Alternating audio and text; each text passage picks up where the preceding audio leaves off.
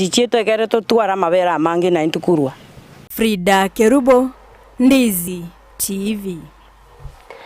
Ababwatani kurwa sechinsemo aonigo baumera na sebunge ya West Mugrango imeye kaunti ya Nyamira eriogo kwanera amangana yechingencho anenego koro bosaria egati abamenyi be kaunti ya Nyamira yemuna yanda mange kurwa se kaunti yo murikeito job manki nigatwariganiretie. Obo begu nobo kurumi negati amangana kuirania obolendi bwense maega ababwatani ao ase kaunti ya Nyamira mbatwara egeikaro ase bakwanera chinchira chokurwania obobegu asense icho ya Kenya. Omokonyi bomo County Commissioner Nyamira South Florence Ombunga nateba mnobobegu ningana ya retiro bokongu asense icho ya Kenya. This is a follow-up meeting after the launch of the County Action Plan that was done in 2019.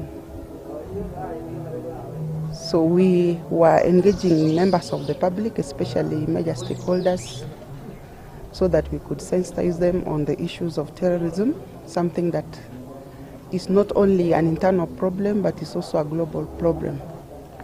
Nasaba bamenyi be County ya Nyamira koba maiso na koliboti kende gyonsi kelige kobeka magimabo asa kongu.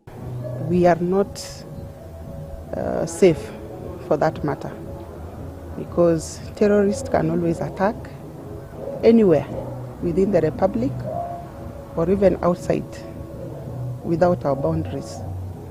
So we want to request members of the public to be very conscious of the environment, the people you interact with, be very conscious of them. If you suspect anything, please report to the authorities so that action can be taken. Mokonyi womo County Commissioner nateba munamba begete emeroberio kurwania obobegu ase County ya Nyamira. We were able to come up with our way forward in terms of activities on what we are going to do from October to July 2022.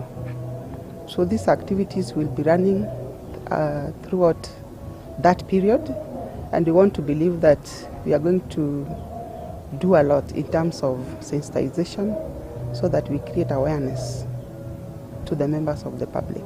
Ababwatani baikira na sense meyo mbero wochikorwania obobegu asense ito ya Kenya. Kurwase County ya Nyamira, Ginko reporteria Ndizi TV, Job.